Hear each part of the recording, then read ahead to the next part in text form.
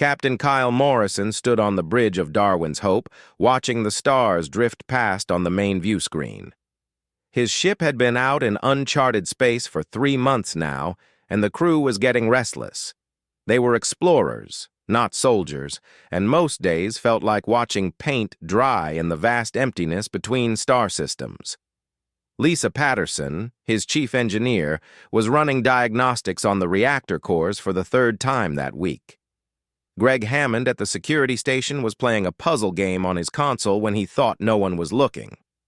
Amanda Wells sat at communications, monitoring the usual background radiation and cosmic noise that filled the void. The Darwin's Hope was not a large vessel by human standards. It carried 200 crew members, most of them scientists and researchers. They had state-of-the-art sensors, comfortable quarters, and enough supplies to stay out here for another year if needed. Kyle had served in the United Earth Space Navy for 15 years before taking this exploration command. He preferred the quiet life of charting new systems over the politics back home. Everything changed in an instant. Alarms blared across the bridge as Amanda's console lit up like a festival. She shouted that multiple vessels were dropping out of faster-than-light travel all around them. Kyle ordered battle stations more out of habit than actual concern. Human ships rarely encountered anyone this far out, and the few alien species they had met were friendly enough. The view screen shifted to show what had appeared. Dozens of warships materialized in a loose formation encircling the Darwin's Hope. They were ugly things, all sharp angles and exposed weapons arrays. Scorch marks covered their hulls, and they bristled with missile tubes and energy cannons. Kyle counted at least 40 vessels, each one roughly the same size as his ship. Amanda worked her console quickly and announced that one of the alien ships was broadcasting on multiple frequencies. Kyle told her to put it through. The view screen flickered and showed the interior of an alien bridge. The creature sitting in the command chair was tall and reptilian, covered in dark green scales. Its eyes were yellow with vertical slits for pupils. When it spoke, the translation software struggled to keep up, but eventually produced understandable words. The alien identified itself as Fleet Admiral Zartok of the Varan Galactic Empire. His voice was harsh and filled with the kind of confidence that came from never being challenged. He informed Kyle that this region of space now belonged to the Empire and that the human vessel was in violation of Imperial territory. The penalty for such violation was immediate seizure of the ship and enslavement of the crew. Kyle raised an eyebrow, but let the Admiral continue. Zartok went on to explain that humanity now fell under Imperial authority. All human vessels would surrender within one standard cycle.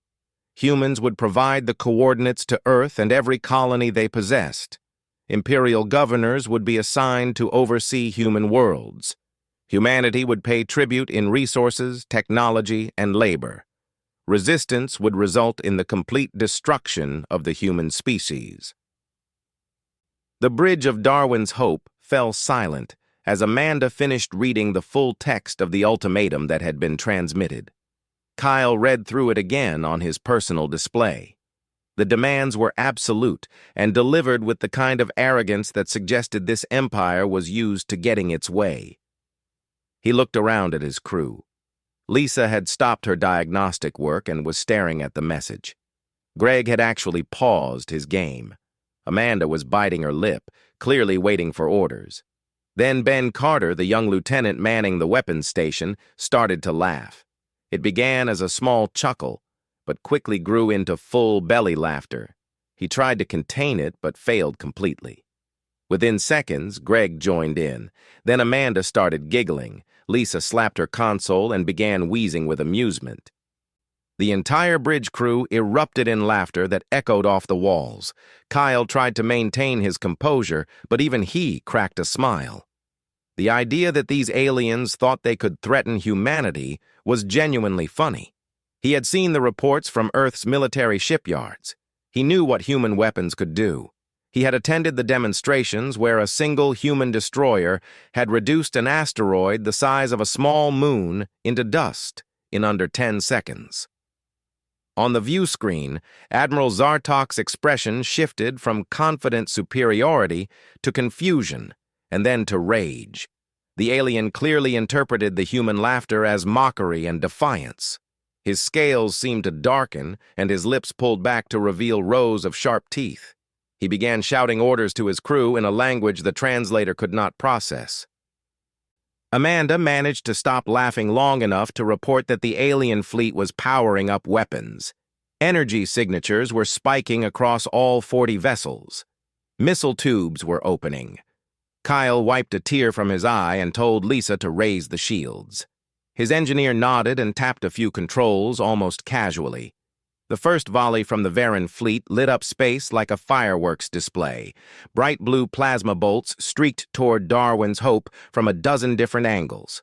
Missiles left trails of white exhaust as they accelerated to attack speed. The barrage was coordinated and would have overwhelmed most targets. The weapons struck the human ship's defensive screens and simply vanished. Not a single alarm sounded.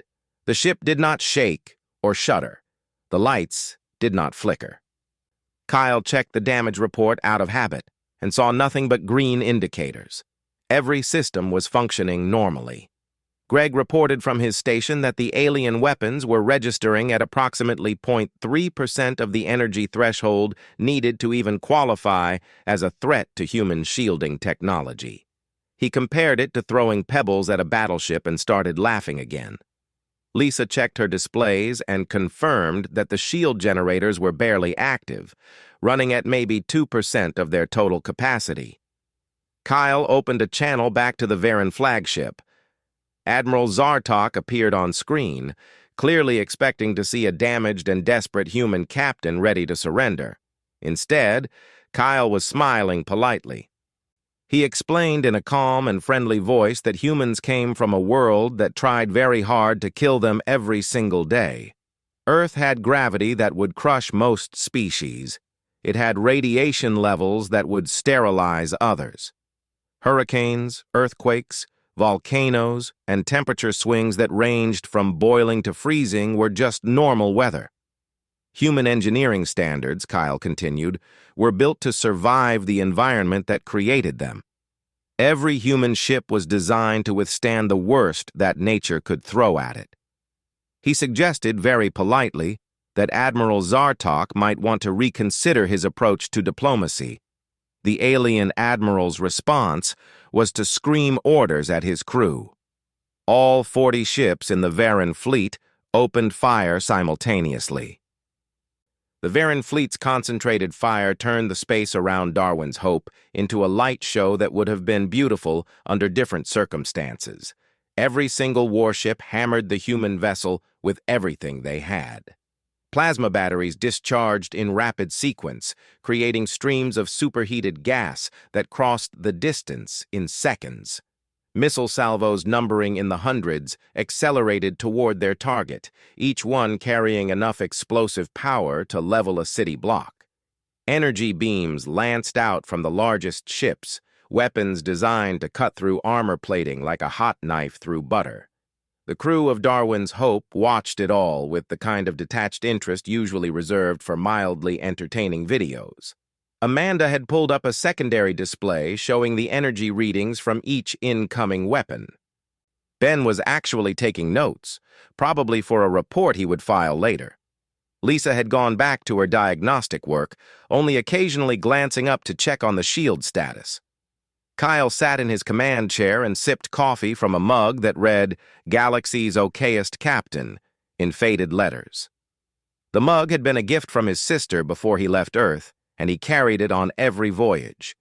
He watched the alien weapons splash harmlessly against the shields and felt a moment of genuine pity for Admiral Zartok. The alien clearly believed he was in control of this situation, and reality was about to hit him hard. Greg spoke up from his station with the kind of bored tone usually reserved for reading maintenance reports. He announced that the Varan weapons were generating approximately 0.3% of the energy needed to register as a threat. He had run the calculations twice to make sure. At current output levels, the alien fleet would need to maintain continuous fire for roughly 600 years to deplete Darwin's Hope's shields, and that was assuming the human ship never recharged them. Lisa added her own observation. She noted that the shield generators were currently running at 2% capacity. They were designed to operate at full power in the radiation zones near pulsars or inside the coronas of unstable stars. The Viren weapons were not even making the generators work hard enough to require active cooling. In fact, Lisa continued with a grin, the coffee maker in the mess hall drew more power than the shields were currently using. The bombardment continued for another 5 minutes before Admiral Zartok apparently realized nothing was happening. The alien weapons fire ceased and silence fell over the battlefield. On the view screen, the Viren commander looked like someone had just explained that his entire world view was wrong. His scales had gone pale, and his hands gripped the arms of his command chair hard enough that Kyle could see the claws digging into the material. Kyle decided it was time to try actual diplomacy. He opened a channel and kept his voice friendly but firm. He explained that humanity did not want conflict. They were explorers and traders, not conquerors. Humans had encountered 17 other intelligent species so far and established peaceful relations with all of them. Trade routes, cultural exchanges, and scientific cooperation benefited everyone involved. He went on to describe Earth in more detail. Their homeworld orbited a yellow star in what most species considered the danger zone, too close for comfort but far enough to avoid being cooked. Earth's gravity was nearly twice what most spacefaring races considered normal. The atmosphere contained oxygen at levels that were toxic to many species. The planet's magnetic field was strong enough to deflect most cosmic radiation, but solar flares still posed risks. Weather patterns included storms that could flatten entire regions. Humanity evolved in that environment, Kyle explained. They built their technology to survive it. A human child's toy was often more durable than military equipment from other species. Human safety standards assumed the worst possible scenario and then added extra protection just to be sure. It was not arrogance or aggression, just practicality. Admiral Zartok listened to all of this with an expression that cycled through disbelief, anger, and what might have been fear. When Kyle finished, the alien demanded to know what humanity wanted. Surely such a powerful species had not come all this way just to explore. Every civilization wanted something: territory, resources, or slaves. The strong dominated the weak because that was the natural order of things. Kyle felt his patience starting to wear thin. He replied that humans wanted to not be threatened by random alien empires they had never heard of. He suggested opening diplomatic channels, establishing embassies, and beginning trade negotiations. If the Viren Empire could behave like civilized beings, humanity was happy to be neighbors. If they insisted on being hostile, well, that would be unfortunate for everyone, but especially for the Virens. The alien admiral did not take the hint.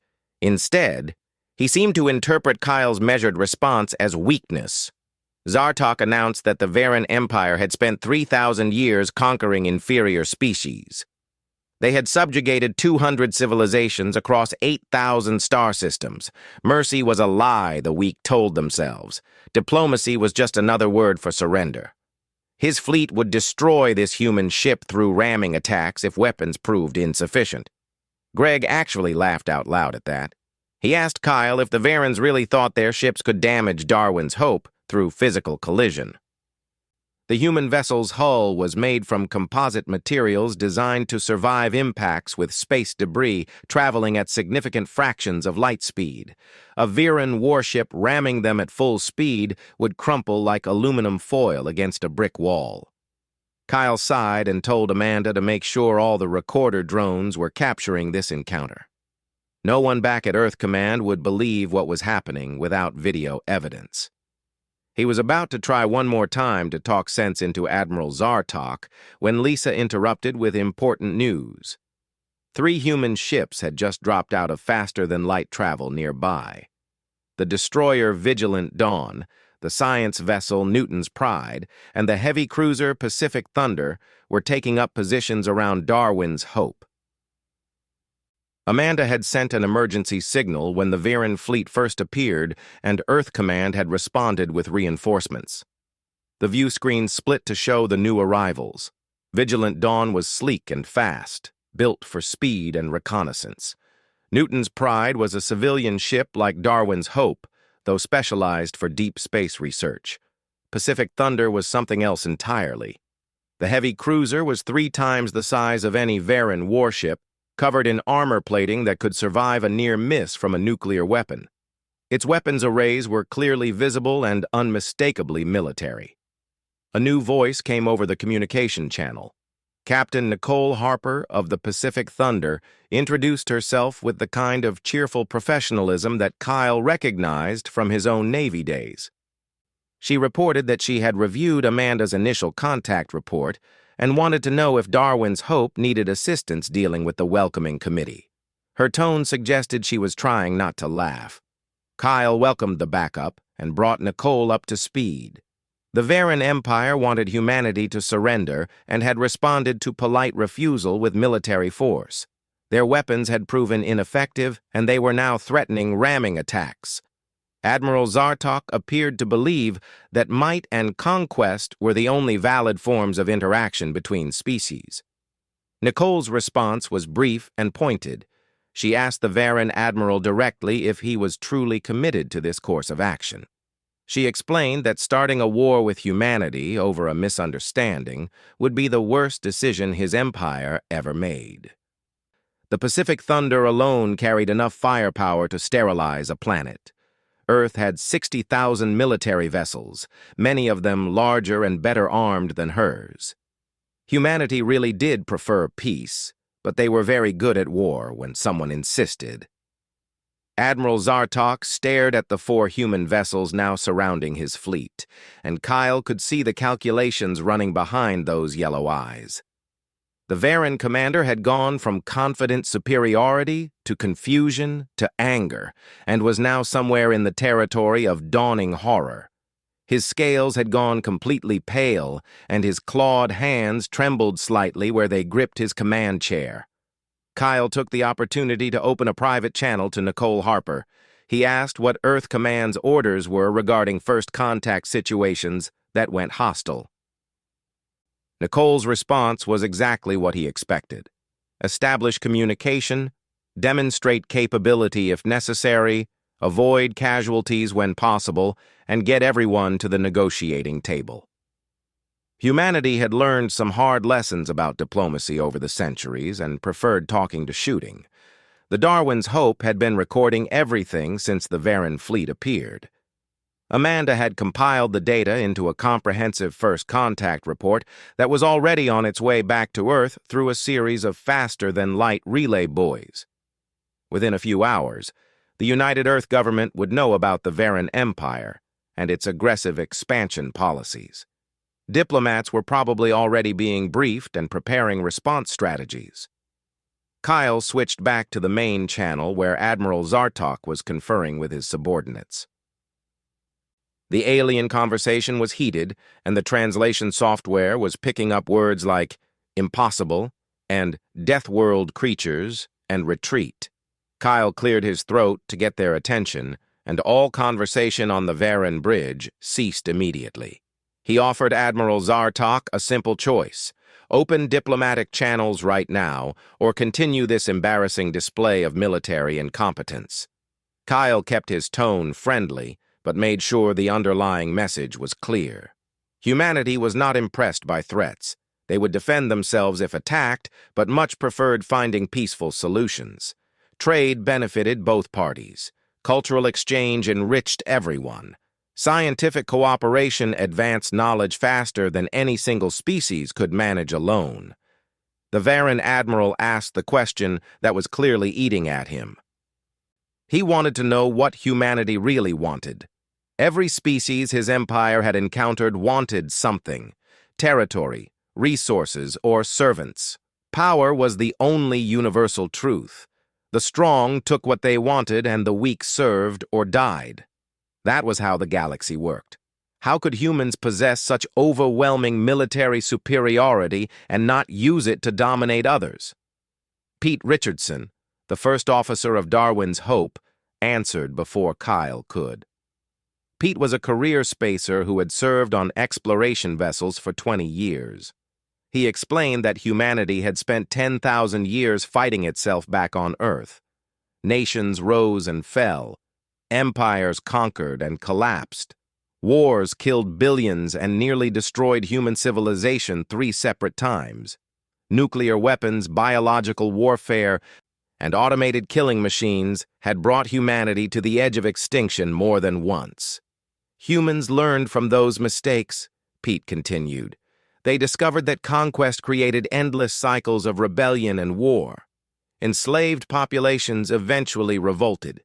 Occupied territories required constant military presence. Subject species never stopped resisting. It was easier, cheaper, and vastly more profitable to trade, negotiate, and cooperate. A willing trading partner provided far more value than a conquered slave. Admiral Zartok did not seem to understand. His culture had spent 3,000 years building an empire through military force.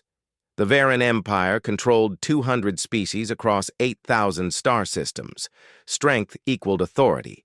The weak existed to serve the strong. That was the natural order of things. How could the humans not see that? Nicole Harper decided it was time for a demonstration. She asked the Varan Admiral politely to provide coordinates for an uninhabited moon or asteroid in a nearby system, something with no strategic value and no life on it. Zartok hesitated, clearly suspicious of a trap, but eventually transmitted the location of a barren moon orbiting a gas giant 2 light-years away. The Pacific Thunder's weapons arrays came to life. Unlike the Varan plasma cannons and missile tubes, human weapons were elegant and efficient. The heavy cruiser's main railgun was a magnetic accelerator 300 meters long that could launch projectiles at a significant fraction of light speed. Nicole ordered a single shot at minimum power, barely enough to register as a weapon discharge by human standards. The railgun fired with almost no visible effect. There was no bright flash or explosive sound in the vacuum of space. The projectile, a solid slug of dense metal weighing several tons, simply accelerated down the barrel and disappeared into the darkness. It crossed 2 light-years in a matter of minutes, thanks to its velocity and the Pacific Thunder's targeting systems. Amanda patched through the sensor feeds showing the target moon. The Varan crews watched on their own displays as the human projectile approached. When it struck, the moon did not crack or shatter or explode. It simply ceased to exist. The kinetic energy released by the impact converted the entire celestial body into an expanding cloud of superheated plasma and debris. Within seconds, nothing remained but gas and dust, spreading out in all directions. Nicole let that sink in before speaking again. She explained in a matter-of-fact tone that the railgun shot they just witnessed was the lightest ship-to-ship weapon the Pacific Thunder carried, fired at minimum power. The heavy cruiser had dozens of other weapons systems, each more powerful than the last. Earth maintained a fleet of 60,000 military vessels, many equipped with weapons that made this demonstration look like a firecracker. Humanity did not want to use them. They genuinely preferred peace. But if the Varan Empire insisted on being enemies rather than friends, humans would oblige that request. The silence that followed was absolute. Every Varan ship in the fleet had gone completely still. No weapons charged, no engines fired. Admiral Zartok sat frozen in his command chair, staring at the empty space where a moon had been moments before. Kyle could see the alien's worldview shattering in real time. Finally, Zartok spoke. His voice had lost all its earlier arrogance and aggression. He asked permission to withdraw his fleet and report this encounter to the Varan High Council. He made no more threats and issued no more demands. The proud Imperial Admiral had been reduced to a shaken officer who had just realized his entire civilization was at the mercy of beings they could not fight. Kyle granted permission immediately. He had no desire to prolong this situation or humiliate the Varens further. Humanity needed the Empire to understand the reality of the situation, not to grind their faces in it. Nicole added that human diplomatic vessels would arrive at the Varan capital within 1 week. She strongly suggested that the High Council prepare for serious negotiations. The Varan fleet began withdrawing in surprisingly good order. Their faster-than-light drives activated in sequence, and the alien warships vanished one by one until only Admiral Zartok's flagship remained. The alien commander looked directly at Kyle through the view screen and asked a final question. Why show mercy to those who had threatened humanity with slavery and death? Kyle considered his answer carefully. He explained that humans judged others by their actions after learning the truth, not by mistakes made in ignorance. The Varan Empire had not known what humanity was capable of. They had followed the patterns that worked for them in the past. Now they knew better. What they chose to do with that knowledge would determine whether humans and Varans became friends or enemies. The choice was entirely theirs. Admiral Zartok nodded slowly, a gesture that apparently meant the same thing in his culture as it did for humans. His flagship jumped to faster-than-light travel and disappeared, leaving the 4 human vessels alone in empty space. Lisa broke the silence on Darwin's Hope's Bridge by asking if anyone else wanted coffee, because she certainly did after all that excitement. Greg wondered aloud if this meant they were going home or continuing their survey mission. Amanda was already writing her detailed report for the diplomats back on Earth. Ben was reviewing the recording of Nicole's demonstration shot and making appreciative noises about the Pacific Thunder's targeting systems. Kyle decided they would continue their mission. Earth Command would handle the diplomatic situation with the Varan Empire. Darwin's Hope was an exploration vessel, and they still had 6 months of survey work ahead of them. He thanked Nicole for the backup and wished her well. The heavy cruiser and its escorts jumped away, leaving Darwin's Hope once again alone with the stars. Admiral Zartok stood before the Varan High Council 3 days after his encounter with the humans and tried to explain what had happened. The council chamber was a massive dome carved from black stone, located deep beneath the surface of the Varan homeworld. 12 council members sat in elevated seats arranged in a circle, looking down at the admiral with expressions ranging from skepticism to outright disbelief. High Councilor Vextar spoke first. She was the oldest member of the council and had overseen the Empire's expansion for nearly a century. Her scales were marked with the scars of dozens of battles from her younger days. She demanded to know how an entire Imperial fleet had retreated from a single alien vessel without firing a single effective shot. The Empire's reputation was built on swift and overwhelming military victory. This incident made them look weak. Zartok played the recordings he had made during the encounter.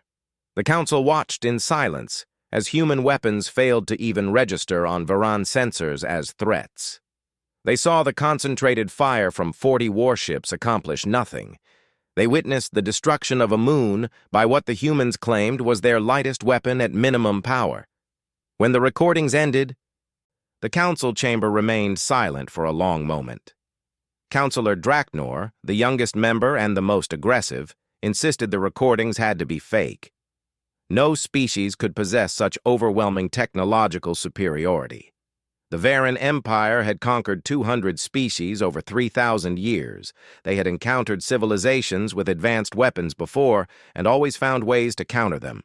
These humans were probably using some kind of holographic deception or psychological warfare. Another counselor suggested sending a larger fleet. Perhaps Zartok had simply encountered one of humanity's most advanced warships by chance. If the Empire assembled a proper invasion force with 500 or 1,000 vessels, they could overwhelm any defense. Numbers always won in the end. Zartok tried to explain what he had learned from the humans during their brief conversation. Earth was a death world by any standard definition. Gravity nearly twice galactic average, toxic oxygen levels, extreme temperature variations, massive storms that could level cities. The humans evolved in an environment that would kill most species within days. Their technology was built to survive conditions that the Varan Empire considered uninhabitable. More importantly, the humans claimed to have 60,000 military vessels. Even if that number was exaggerated by half, it still represented a fleet 30 times larger than the entire Varan Navy. And those 4 ships that had appeared to support the Darwin's Hope had done so within minutes of being called. That suggested an infrastructure and response capability far beyond anything the Empire possessed. High Counselor Vextar asked the question everyone was thinking. Why had the humans not simply destroyed Zartok's fleet when they had the chance? The Empire would have shown no such mercy. Weakness was intolerable. Allowing an enemy to retreat was foolish. What possible reason could these humans have for sparing Varan lives? Zartok shared what the human captain had told him. Humanity had nearly destroyed itself multiple times through internal conflicts. They had learned that conquest created endless cycles of violence and rebellion. They preferred trade and cooperation because it was more profitable and sustainable than warfare. The Admiral admitted he did not fully understand this philosophy, but the humans had seemed sincere. The Council debated for hours. Some members wanted to mass the entire Imperial fleet and attack human space before they could prepare. Others argued for a defensive posture, fortifying the border and waiting to see what humanity would do. A few suggested abandoning the frontier entirely and retreating deeper into Imperial territory where they would be safe. In the end, High Counselor Vextar made the decision. The Empire would send a diplomatic mission to human space, as the humans had suggested. They would negotiate from a position of apparent strength while actually trying to learn more about this new threat. If the humans truly wanted peace, the Empire would accept it. If the humans showed any weakness, the Empire would exploit it. The Varan way was to adapt and survive above all else. 3 weeks after the initial encounter, a Varan diplomatic vessel approached the outer boundary of human space. The ship was small and unarmed, broadcasting peace signals on all frequencies. It carried Ambassador Kelvar, a career diplomat who had negotiated treaties with dozens of species. He was accompanied by a small staff and had orders to assess human capabilities while appearing cooperative. The humans responded by sending coordinates for a neutral station located exactly halfway between Earth and the Varan border. The station had been constructed in just 2 weeks specifically for these negotiations. Kelvar found that fact disturbing because it suggested humans could build major structures in the time it took the Empire to file the paperwork for such a project. The station itself was impressive. It was built from the same materials as human warships, with defensive shields and life support systems that could accommodate dozens of different species. The humans had apparently invited representatives from several of the civilizations that bordered Varan space. Kelvar recognized delegates from the Tarn Collective, the Mirran Alliance, and half a dozen independent species that the Empire had been planning to conquer eventually. Kyle Morrison was there representing the exploration fleet. Nicole Harper attended as the military liaison.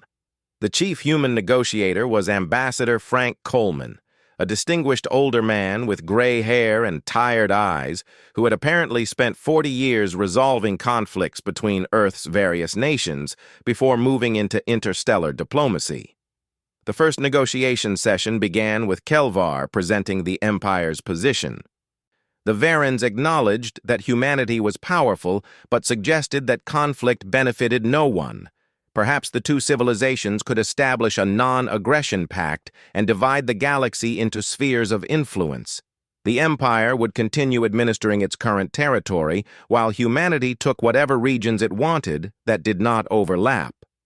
Frank Coleman listened politely and then explained why that would not work.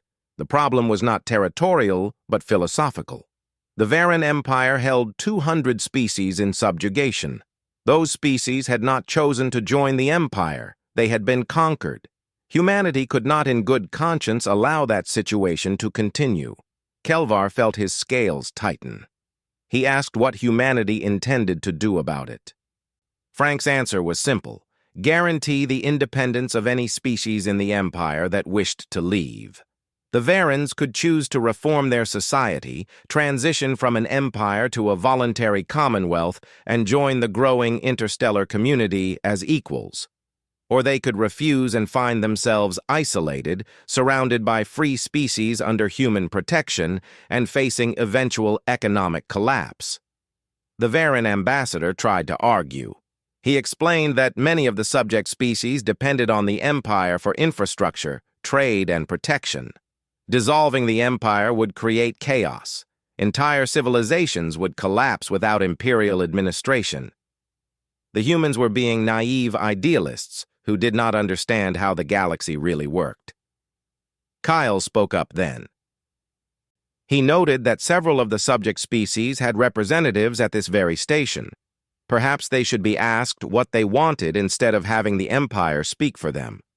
Frank agreed and invited the Tarn delegation to share their perspective. The Tarn representative, a small furred creature named Silcha, explained that her people had been conquered by the Varan Empire 80 years ago.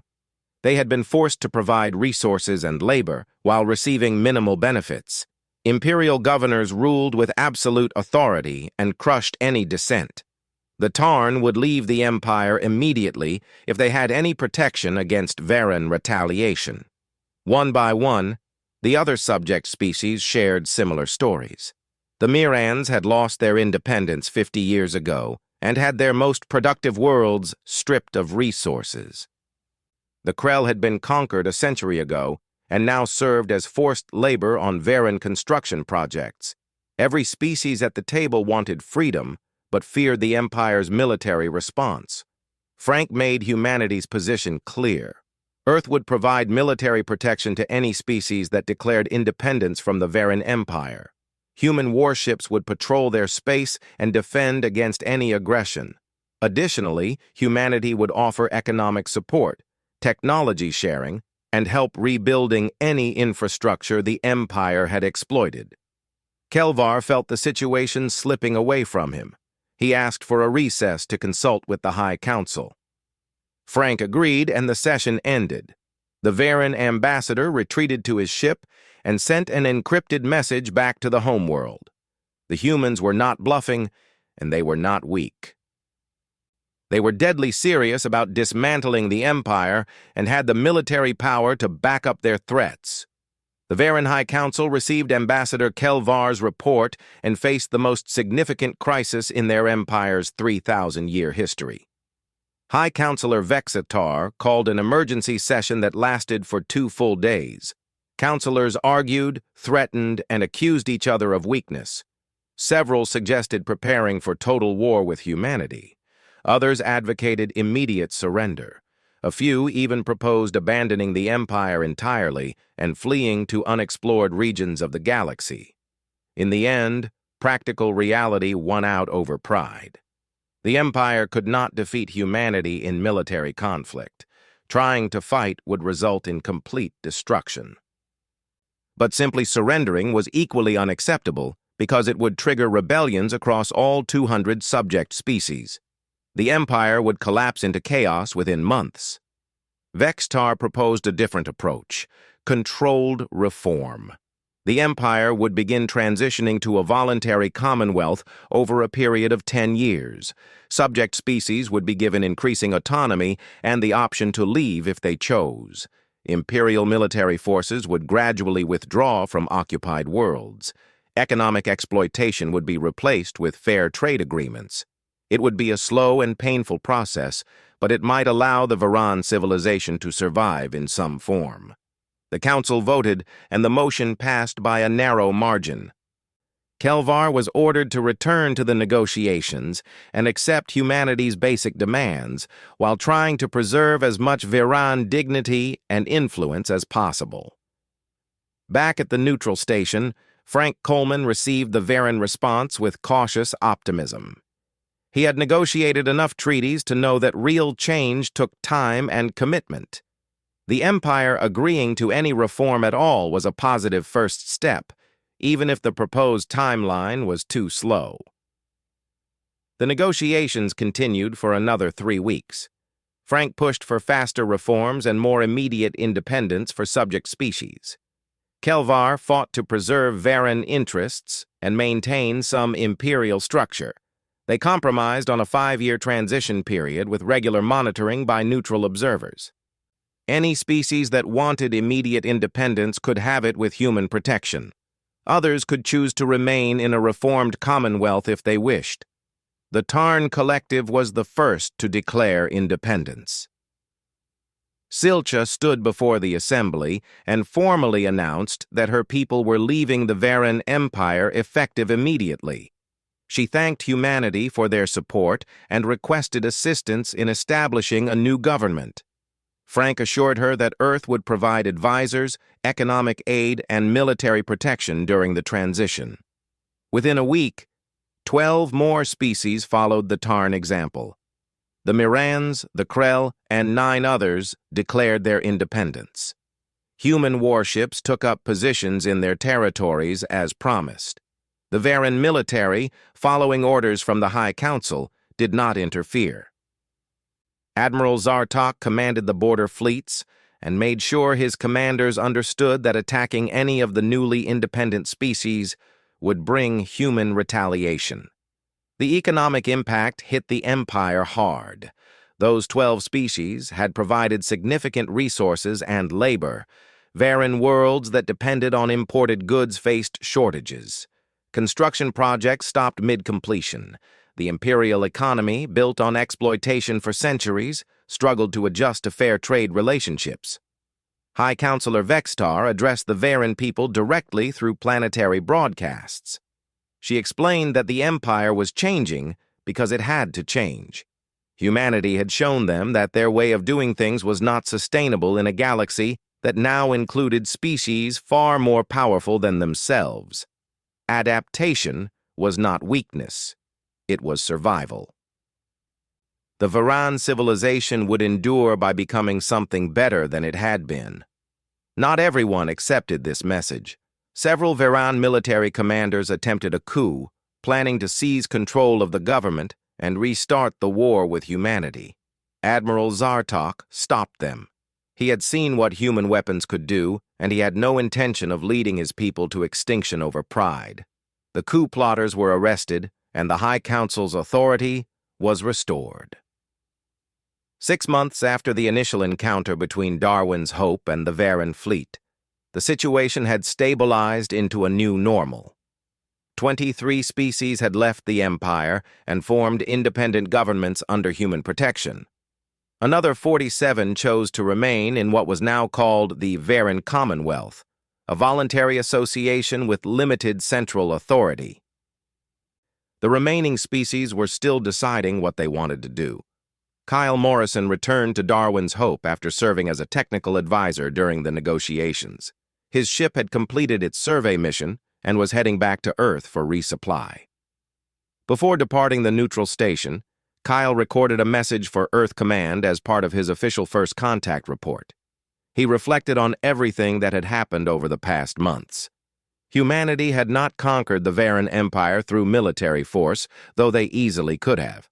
Instead, they had conquered it with a simple demonstration that cooperation worked better than domination. The galaxy was learning what happened when the strongest species refused to rule through fear and violence. Kyle noted in his report that this would probably not be the last time humanity encountered aggressive empires. The galaxy was a big place, and many civilizations still believed that might made right. But each encounter like this one spread the message that there was a better way. Species did not have to conquer and enslave each other to prosper. They could trade, cooperate, and build something greater together. The Darwin's Hope jumped to faster-than-light travel and began the long journey home. Lisa Patterson spent the trip upgrading the ship's systems and complaining good-naturedly about how boring peaceful exploration was compared to accidentally starting a diplomatic revolution. Greg Hammond went back to his puzzle games.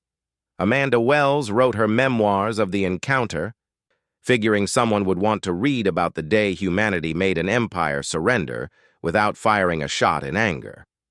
Back on Earth, the United Nations Space Council filed away the first contact report in their archives. The summary was brief. First contact with the Varan Empire resolved peacefully, shots fired in anger.